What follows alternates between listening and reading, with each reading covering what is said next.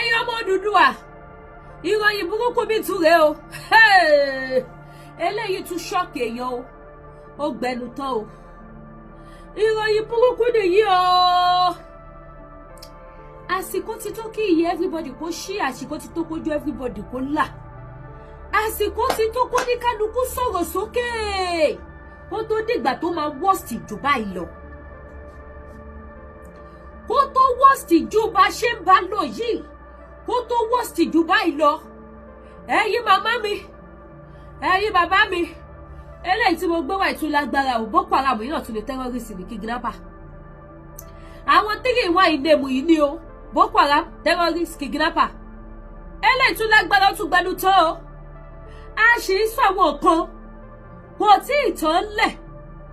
ṣé kìí ṣe wípé àwọn pípọ̀ ìfẹ́ mọ̀ọ́mọ̀ frustrate wa ṣé kìí ṣe pé àwọn pípọ̀ ìfẹ́ mọ̀ọ́mọ̀ pa àwọn èèyàn sára káwọn èèyàn má lè sọ̀rọ̀ mọ́ kí everybody ti weak kí gbogbo ìròyìn ìbànújẹ́ yẹn kó ti weak everybody kó wá bẹ̀rẹ̀ sí ní ìṣòro jù báyìí lọ ṣá because mi ò understand tó dé wípé àsìkò yìí gan wá ni àwọn pípọ̀ ìwà lọ́wọ́ ń ṣiṣẹ́ burúkú yìí àsìkò yìí ni wọ́n wá ń rọ oró burúkú ẹ̀yin màmá mi ẹ̀yin bàbá mi mi ò fẹ́ rojọ́ jù ìkéde awareness ló ti délẹ̀ yìí tó bá jẹ́ pé bàtà ti ń pariwo wípé ẹyẹ yìí ó bọ̀ àwọn ládẹ́ẹ̀dẹ́ ẹ jẹ́ àtètè dà wọ́n lẹ̀dẹ̀ kínní yìí bóyá ká láwọn èèyàn bá turn up bóyá kò ní dàbá ìmọ̀ wà lọ́wọ́ ṣùgbọ́n àwọn èèyàn kan tí ì kú wọ́n kan tí ì gún wọ́n ṣe bí báwọn ògbógbògbà tó wá wọ́n ṣe bí wípé irọ́ là ń pa a lè sọ wípé Ọlọ́run ṣe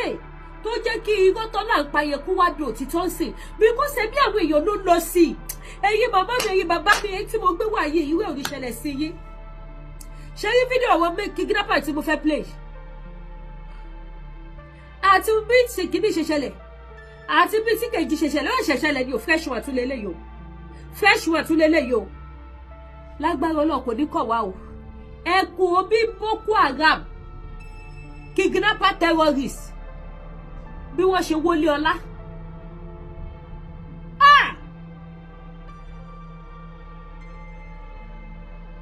ta ló lè ka iye ìròyìn ìbànújẹ́ Boko Haram tá à ń gbọ́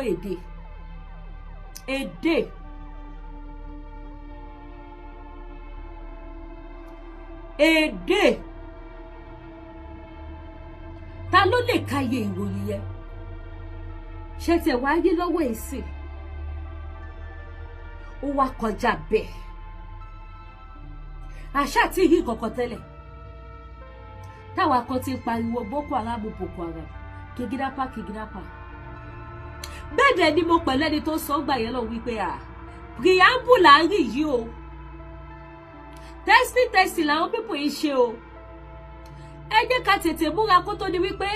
preamble yìí máa wá padà di tòótọ́ kó tó di wípé eré táwọn pípọ̀ yìí ṣe yìí ó máa padà wá di ńlá mo pẹ̀lú ẹni tó dábọ̀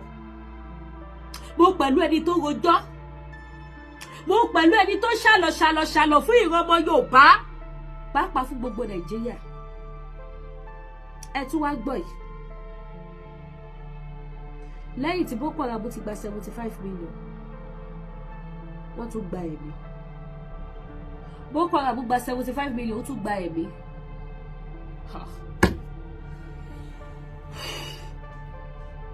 Boko Haram gba 75 million ó tún gba ẹ̀mí kò tún wá tán síbẹ̀ o ẹ má jẹ́ rojọ́jọ́ ẹ jẹ́ kí n play àwọn fídíò méjèèjì fún wa ká farabalẹ̀ pọ̀ ẹ jọ̀ọ́ bàbá wa ṣe ẹ̀ṣọ́ lásìkò yìí awareness tó lágbára ní nísìnyí báyìí sí gbogbo àwọn blogger especially àwọn tó máa ń ṣe fúráká yẹn ojú everybody ti là o gbogbo àwọn speaker tí wọ́n tákù wa lórí ọ̀rọ̀ Yorùbá nation tó ní wọ́n Nàìjíríà ní ojú everybody wọn náà ti là báyìí ó wá kú kí ojú àwọn ènìyàn tí wọ́n tàn wọ́n lọ dìbò kójú gbogbo wọn látọ̀ báyìí kó má jẹ́ wípé ojú wọn máa lọ làṣáájú lé ọ̀run wá fi kú ṣe fàjẹ́ ìyẹn ló kù báyìí ni mo ṣe ní bàbá wa ṣí ètò àsìkò tá a wáyé kò bérédé kò bá ṣeréṣerédé káwọn èèyàn máa mọ bó ṣe ń lọ kára bẹ̀rẹ̀ sí ní jó everybody kí gbogbo wa lè ṣe kiri ká lè dìde ká lè jàfẹ́ tó wa ká lè jàfẹ́ bí àwọn èèyàn wa ẹjọ́ sí 75 million ọmọdé owó ni bóyá torí mi ò rí wọ́n mi rí 10 million rí mi rí 5 million rí ó jẹ́ mọ̀ bóyá kárí mo bá rí 10 million rí sí àbí 5 million bóyá màá mọ̀ pé 75 million kò tó kankan kì í ṣe kébì tẹ̀wọ́ kọ́ rí 10 million lọ kí n tó mọ̀ bóyá 75 million kéré àbò pọ̀ ṣùgbọ́n láì tí ìrí lójú ara ti tèmi 75 million lè ra gbogbo ayé o ẹjọ́ agbọ́rọ̀ ó bá wọ ìkẹrù bí lady k ìṣeré ní tí bá sọ tó bá mú tèmi dání ó fẹ́ kẹ́ mọ̀ pé nǹkan tó ti wà ní ẹ̀jẹ̀ ní o àsìkò eré kọ́ la wà yìí o àsìkò eré kọ́ ẹ̀yin màmá mi ẹ̀yin bàbá mi àwọn another 15 people Boko Haram tí ó ti kó wọn lọ 50 people out of àwọn 50 yẹn àwọn kan wà bẹ́ẹ̀ sí tó yẹ pé wọ́n ti yè wọ́n níbọn ẹ̀jẹ̀ ń tú lára àwọn yẹn ni irú àwọn èèyàn sì tí Boko Haram bá kó wọn dà nínú gbó tí Boko Haram rí wípé àwọn eléyìí ti lose ẹ̀jẹ̀ kan wọ́n lè survive wọn wọ́n yà fún wọn lọ́tà kan pa wọ́n yà gbẹ̀mí wọn dànù àwọn another 15 Boko Haram tó ti kó wọn lọ a sì wá àwọn 46 a sì wá àwọn 400 àwọn àwọn 50 kan àwọn tó ti wà ní àkàtà Boko Haram wọ́n ti lé ní yẹ̀wò náà tá a bá fojú gé pẹ̀lú àwọn tá a ti gbọ́ sí pé wọ́n wà lákàtà gbé Boko Haram wọ́n mà ti lé ní 3000 people lákàtà Boko Haram dẹ̀ kò gbàdúrà àwọn èèyàn sínú Nàìjíríà yìí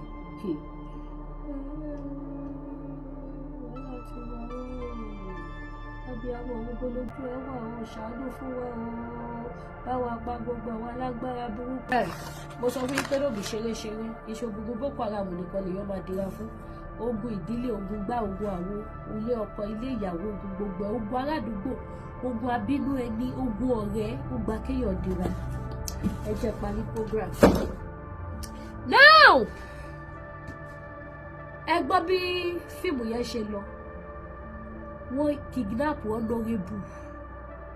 number 1 nínú tèmi ò dúpẹ́ wọ́n pa honorable yẹn o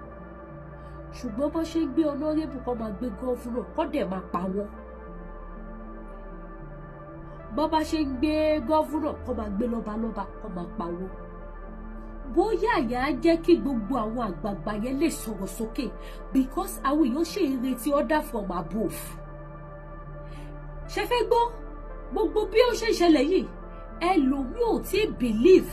ó dìgbà tí godfather ẹ̀ bá sọ̀rọ̀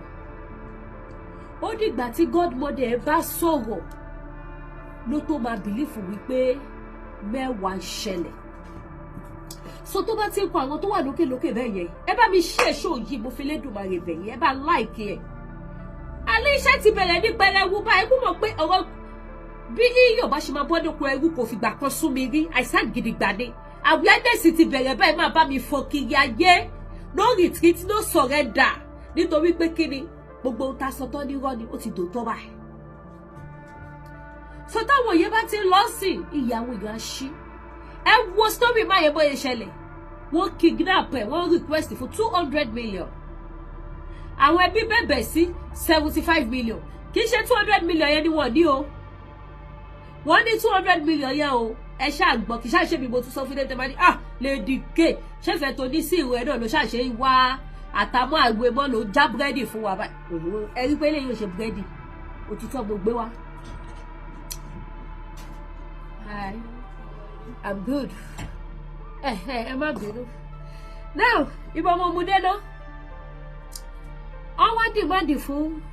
75 ọwọ́ ṣáà bẹ̀bẹ̀ sí 75 million àwọn ẹbí gbà láti sọ 75 million ọmọ máa yẹ ohun tí mo ṣe máa ń sọ fún yín nìyẹn wípé gbogbo àwọn tí wọ́n fi ojú winá Boko Haram trauma yẹn ò lè kúrò lára wọn trauma yẹn ò lè kúrò lára wọn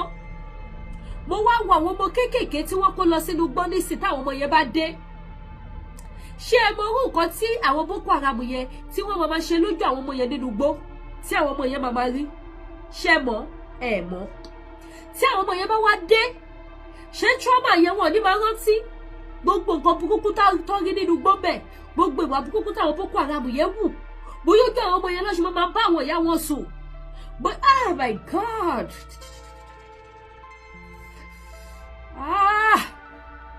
wọ́n ti ṣe wá Nàìjíríà nǹkan ti ṣe wá ta ló fẹ́ gbà wá ta ló fẹ́ gbà wá nígbà tá a kọ̀ tá a gbára wa ta ló fẹ́ gbà wá ọmọ bàbá yẹn ló wá gbé owó pẹ̀lú ọ̀rẹ́ 75 million lọ fáwọn Boko Haram bí tán ní kan gbé wá wọ́n gbé débẹ̀ Boko Haram rojú ráyè láti ká 75 million Boko Haram wá rí pé 70 million ló wà ní orí 5 million tó kù dà wọ́n làwọn gbàgbé sínú mọ́tò Boko Haram wá ní pé kọ́ọ̀rẹ́ lọ gbé wá ó wá mú ọmọ bàbá yẹn lọ síbi tí bàbá ẹ̀ wà ibẹ̀ yẹn ló gba omijé lójú èèyàn nígbà tó mú débi tí bàbá ẹ̀ wà ó wo bàbá ẹ̀ wò pé ṣé bàbá lè wà láyé mọ́ṣá bàbá ẹ̀ ti lọ pẹ̀lú bí wọ́n ṣe tọ́ṣọ̀ bàbá ẹ̀ bí bàbá ṣe wà gbalasa nílẹ̀ picture ọmọ yẹn lẹ rí nínú fídíò yẹn tí wọ́n fi arrow sí yẹn honorable yẹn nìyẹn ọmọ yẹn wò pé no bàbá eléyìí ti kú but trauma ipò tó bá bàbá ẹ̀ ṣé bàbá òun ló ṣe báyìí nígbà tó rẹ tó lọ gbé 5 million tó kùnú mọ́tò máa gbé dé bóyá ti fún ní sígínà pé bàbá ti lọ o má gọrẹ ò jẹ àwọn bá ṣe máa jápa àwọn Boko Haram tún gba 5 million wọ́n kà ó pé ibi tó ti ń kà lọ́wọ́ ọ̀rẹ́ tó lọ gbé 5 million wá ó sá lọ ọmọ bàbá yẹn náà sá wọ́n ṣà sá wọ́n dé police station láti alẹ́ títí dàárọ̀ nígbà tó sá dé police station oníkálukú sá lọ́tọ̀ọ̀tọ̀ ní onírúgbó ọmọ bàbá yẹn ló kọjá sí police station ó ní láti lọ pa àwọn ọlọ́pàá ní ṣó mọ bíi tí ẹ gbé owó lọ ọmọ bàbá ní yes ó dẹ̀ mọ bí tó ti wá mú ẹ tó ti mú ẹ débi tí bàbá ẹ wà ó ní yes ó yá já lọ nígbà tó máa débẹ̀ òkú bàbá yẹn lọ bálẹ̀ àwọn people ti gbé 75 million lọ àwọn people ti gbé 75 million lọ wọ́n dẹ̀ tún pa baálé wọ́n pa Dáúdù wọ́n pa olórí ilé wọ́n sọ òkò bàlújẹ́ sínú ilé yẹn kò wá tán síbẹ̀ o ìdí tí mo ṣe máa sọ wípé ẹ má jẹ́ ká dàgbò lápé kíní yóò kàn wá ó máa kọ lọ́wọ́ kan tálíkà tí a bá lajú wa sílẹ̀ kó máa lọ bó ṣe ń lọ yìí a kọ lọ́wọ́ kan tálákà ìgbà tọ́mọdé bí òkú bàbá lọ bá trauma yẹn lọ́mọ náà fi délé lọ para ẹ̀ pé ṣé bàbá òun lòun níbẹ̀ yẹn ṣé bàbá òun ni wọ́n tọ́ṣọ̀ bẹ́ẹ̀ yẹn ṣé bàbá òun lọ ti lù jálajàlá bẹ́ẹ̀ yẹn ẹ̀bọ̀ ọ̀tọ̀ ni kó tún wá lùyọ̀ nígbà tí ṣe pé kò sówó kọ́kọ́ fún lápá kọ́ lù ú ẹ̀kọ́ kan lẹ́sẹ̀ kọ́ lápá kọ́ dẹ̀ gbé délé kọ́ gbé lọ sí hospital ó dẹ̀ gbádùn ọ̀tọ̀ ni yẹ́ sì sàn ṣùgbọ́n wọ́n lù wọ́n ṣe yàmà wọ́n tún pa bóyá ṣe lọ́ ṣá rádaràdá àbí bóyá lọ yọ orí títí ẹ̀ náà sẹ́gbẹ̀ẹ́ kan kò wúwo lára Boko Haram láti yọ orí èèyàn kúrò lára kò rí bákanbàkan lára wọn láti yọ ọ̀bẹ fídíò kan wà kò ṣeé wò àwọn Boko Haram dẹ̀ mú odidi èèyàn wọ́n dẹ̀ dáná sun wọ́n dẹ̀ yọ ọ̀bẹ súyàtì wọ́n dẹ̀ rẹ̀ wọ́n dẹ̀ jẹ fídíò yóò ṣe post yóò lè wo mo delete ẹ̀ dànù ní straight odidi èèyàn wọ́n dẹ̀ tó igi sí wọ́n dẹ̀ ń sún àmọ́ bóyá ara wa ìbíyà magi àti iyọ̀ wà bẹ́ẹ̀ ni tó fi lè dùn lẹ́nu wọn tó lè fi fún wọn ní taste láti jẹ wọ́n dẹ̀ mú ọ̀bẹ súyà yẹn wọ́n dẹ̀ rẹ báyìí